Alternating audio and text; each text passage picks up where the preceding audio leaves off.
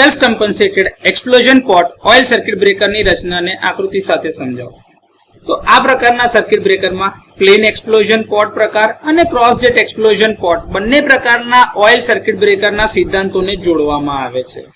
Circuit બ્રેકરનો ઉપરનો ભાગ જે છે એ ક્રોસ જેટ એક્સપ્લોઝન પોટ પ્રકારનો હોય છે, જેમાં 3 આર્ક સ્પ્લિટર્સ લગાડેલા છે, જો તમને આ દેખાય છે, જેના લીધે બે આજુબાજુમાં છિદ્ર તૈયાર થાય, એટલે કે સ્પ્લિટર્સના લીધે ત્યાં આગળ વેન્ટ્સ તૈયાર થાય છે, ગેપ તૈયાર થાય છે, જેના કારણે આર્કની લંબાઈમાં વધારો કરવામાં આવે છે.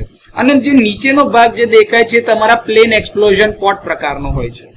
ટ્રાન્સફોર્મર ઓઇલથી ભરેલી એક મજબૂત સ્ટીલની બનેલી ટાંકી હોય છે, જેમાં ઓઇલ ભરેલું હોય છે, જે આર્ક ક્વેન્ચિંગ મીડિયમ તરીકે તેમજ ઇન્સ્યુલેટિંગ મીડિયમ બંને રીતે કામ કરે છે.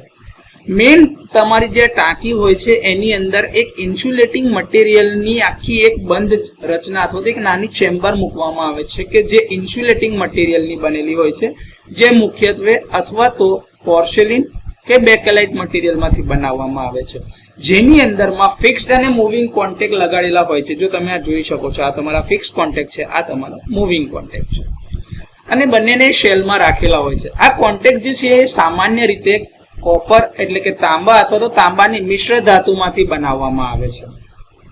હવે જ્યારે આવો આર્ક થાય છે ત્યારે એની લીધે જે વાયુ ઉત્પન્ન થાય છે એને નીકળવા માટે અથવા તો એના જે બહાર નીકળવાનો જે રેટ છે એને નિયંત્રિત કરવા માટે અહીંયા નીચે તમારા પોટ તૈયાર કરવામાં છે, જ્યાં વેન્ટ્સ બનેલા હોય છે અથવા તો નાના ઓપનિંગ્સ તૈયાર કરેલા હોય છે. આ વેન્ટ્સ સેલ્ફ કમ્પન્સેટેડ પ્રકારના હોય છે. એનો અર્થ એ થાય છે કે તેઓ ફોલ્ટ કરંટની તીવ્રતા અનુસાર પોટની અંદર જરૂરિયાત પ્રમાણનું ગેસ દબાણ આપમેળે એડજસ્ટ કરે છે. હવે આર્કની ઉર્જા પોટની અંદર એકદમ હાઈ પ્રેશર એટલે કે ઉચ્ચ દબાણ અને સાથે હાઇડ્રોજન ગેસ ઉત્પન્ન કરે છે, કારણ કે આ ગરમીના કારણે અને જે આર્ક થાય છે એના લીધે આજુબાજુના ઓઇલનું વિઘટન થાય છે, જેના કારણે હાઇડ્રોજન ગેસ ઉત્પન્ન થાય છે. આર્ક કંટ્રોલ મિકેનિઝમની ડિઝાઇન એવી રીતની હોય છે કે જે ખાતરી કરે કે ગેસનો જે ફ્લો છે અંદર એટલે કે જે પ્રવાહ વહેતો હશે એ અને અંદર જે પ્રેશર બને છે એટલે કે જે દબાણ ઉત્પન્ન થાય છે એ આર્કની તીવ્રતાના આધારે ન તો બહુ નબળું એટલે કે બહુ ઓછું બી ના હોય અથવા તો ન ખૂબ વધારે, જેથી કરીને પોટને નુકસાન થાય.